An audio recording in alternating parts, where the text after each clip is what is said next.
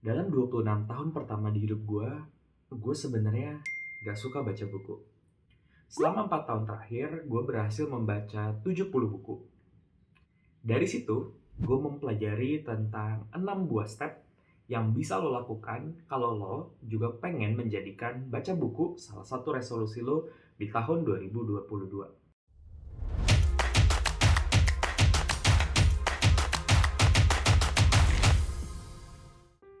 Hai teman-teman, gue Vicario, seorang project manager di tech yang into personal development. Salah satu hobi gue yang baru gue temukan mungkin sekitar 4 tahun terakhir adalah membaca buku. Dalam 26 tahun pertama di hidup gue sebenarnya gak suka baca buku. Kenapa? Karena gue selalu merasa bahwa gue itu orangnya ekstrovert, sehingga gue akan bisa belajar jauh lebih banyak dari ngobrol sama orang daripada gue baca dan merenung sendiri. Makin kesini gue makin sadar, sebenarnya itu adalah alasan yang gue buat karena gue gak nyaman untuk memberikan effort lebih. Agak konyol ya dipikir-pikir. Dan itu pun terjadi setelah gue sadar bahwa buku adalah salah satu media pembelajaran yang paling efektif untuk mengkonsumsi informasi. Gue gak fokus kalau dengerin podcast, kalau nungguin orang jelasin ke gue, orangnya nggak selalu ada.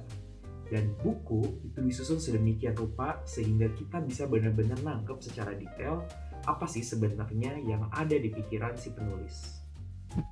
Selama 4 tahun terakhir, gue berhasil membaca 70 buku. Dari situ, gue mempelajari tentang 6 buah step yang bisa lo lakukan kalau lo juga pengen menjadikan baca buku salah satu resolusi lo di tahun 2022. Yuk, kita mulai. Step yang pertama itu adalah set your objective. Maksudnya apa? Ketika kita mau baca, kita harus jelas dulu nih, sebenarnya apa sih tujuan kita buat membaca. Gue merasa gue selalu punya motivasi untuk menyelesaikan buku yang gue baca kalau memang gue sedang merasakan sebuah masalah yang ingin gue pecahkan dengan membaca buku tersebut. Contohnya, ketika gue dulu harus presentasi di depan CEO gue gemeteran banget.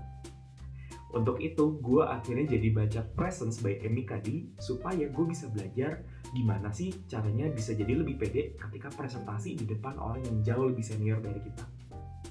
Bukunya jujur sih, panjang banget dan banyak banget research-researchnya, dan di tengah-tengahnya gue personally ngantuk, tapi karena gue kebayang, wah gue perlu present dan gue perlu present dengan prima, maka akhirnya gue kayak punya dorongan untuk menyelesaikan buku tersebut.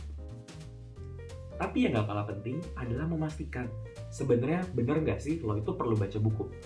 Karena bisa jadi solusi dari permasalahan lo adalah gak perlu baca buku, tapi misalnya baca artikel, atau nonton video YouTube, atau langsung praktek aja. Makanya di-clarify dulu sebenarnya tujuan lo apa. Step yang kedua adalah memilih buku yang sesuai. Seringkali kita itu pilih buku just because karena itu tuh adalah buku yang lagi ngetrend. Padahal belum tentu itu adalah buku yang tepat untuk kita jawab. Solusi gue biasanya ada dua. Pertama, gue akan coba googling. Gampang banget lo tinggal googling aja misalnya buku yang paling populer tentang contohnya sales atau negosiasi. Atau kalau lo nggak yakin dengan rekomendasi dari internet, lo bisa tanya temen lo yang book nerd, kayak gue lagi pengen belajar tentang gimana sih caranya meyakinkan atasan gue di tempat kerja. Kira-kira lo tau nggak ya buku apa yang sebaiknya gue baca? Penting banget buat lo jelasin sebenarnya masalah apa atau objektif apa yang pengen lo capai, sehingga orang yang ngasih rekomendasi ke lo tuh tahu bahwa oh kayaknya lo butuh buku yang ini. Karena even di konteks misalnya tadi yang gue pilih, meyakinkan atasan kita di kantor, itu ada banyak banget jenis buku yang bisa dikonsumsi. Kebayangkan kalau misalnya lo datang dengan bilang, gue pengen belajar tentang negotiation dong, buku yang direkomendasi bisa jauh berbeda dibanding ketika lo ngasih konteks yang lebih jelas. Step yang ketiga adalah to determine the key process. Di sini sangat penting karena kenapa? Tujuannya adalah making it as easy as possible buat lo. Maksudnya gimana? Biasanya pertama tentuin lo pengen pakai buku physical atau e-book. Lo pengen bacanya siang hari, malam hari, atau pagi hari. Lo pengen bacanya sepotong-sepotong atau lo pengen bacanya langsung banyak. Tentuin proses yang memang bekerja buat lo, karena then again, setiap orang itu punya kecenderungan yang berbeda, dan lo yang paling tahu kira-kira proses yang paling cocok buat lo itu yang seperti apa. Step yang keempat adalah to evaluate your performance. Biasanya di tengah-tengah lo baca, lo mulai evaluasi lagi nih. Kira-kira dari strategi gue membaca, apa yang berjalan baik dan apa yang nggak berjalan baik. Biasanya evaluasi ini sangat penting, terutama kalau lo mandek.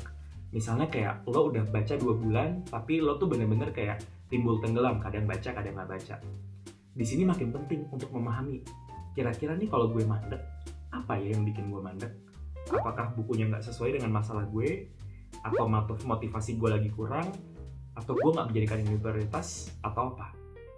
Apapun itu, jadiin itu bahan atau sumber informasi untuk menentukan apakah lo akan melanjutkan, nggak melanjutkan, atau lo mengambil cara lain yang mungkin tidak konvensional. Step yang kelima adalah to use it immediately. Seringkali ketika kita ngomongin membaca, kita menganggap itu sebagai sebuah aktivitas yang pasif, jadi kita cuma konsumsi informasi aja. Nah, menurut Profesor Richard Feynman, biasanya kita baru akan benar-benar paham kalau kita itu bisa menggunakan informasi tersebut. Gimana cara menggunakannya? Biasanya ada 3 level. Yang pertama yang paling gampang adalah to write about it. Jadi coba lo tulis ulang kira-kira summary dari buku yang lo baca itu seperti apa. Nggak harus the full book, tapi lo bisa coba untuk nulis beberapa bagian aja. Saking sukanya gue sama The Subtle Art of Not Giving a Fuck, gue sampai baca 3 kali, dan gue akhirnya bisa nulis summary dengan lebih proper, dan benar-benar paham apa sih yang sebenarnya ada di buku itu. Kalau lo belum baca, lo bisa lihat videonya di sini. Opsi yang kedua, dan ini optional, kalau lo udah nulis, bisa juga lo coba untuk share. Kenapa? Karena dengan share itu kita mengucapkan, dan dengan kita mengucapkan secara tidak langsung kita akan menggunakan bahasa yang mudah buat dimengerti sama orang lain. Kalau orang lain nggak ngerti, ada kemungkinan kita jelasinnya belum terlalu bagus. Dan mungkin ada opportunity buat kita untuk lebih menggunakan kata-kata yang bagus atau yang lebih simplify ketika kita menjelaskan ke orang lain. Level yang ketiga, atau opsi yang ketiga, adalah dengan menerapkannya secara langsung. Dan ini adalah bagian favorit gue.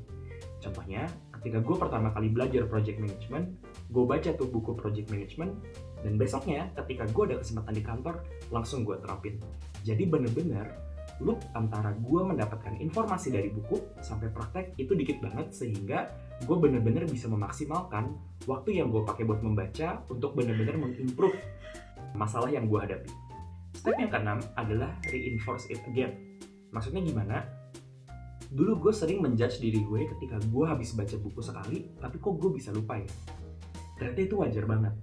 Karena ada sebuah istilah di psikologi yang namanya forgetting curve. Ketika kita sudah mengkonsumsi informasi, kita akan dalam waktu tertentu itu akan lupa kalau kita nggak diingatkan lagi.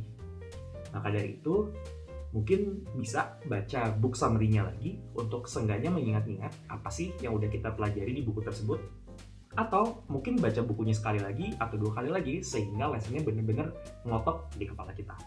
Itu dia 6 step yang bisa lo coba untuk menjadikan membaca buku sebuah resolusi di tahun 2022. Kalau ternyata lo pengen baca lebih banyak tapi nggak punya waktunya saat ini, lo bisa nonton video-video gue yang meng-outline buku-buku yang gue suka.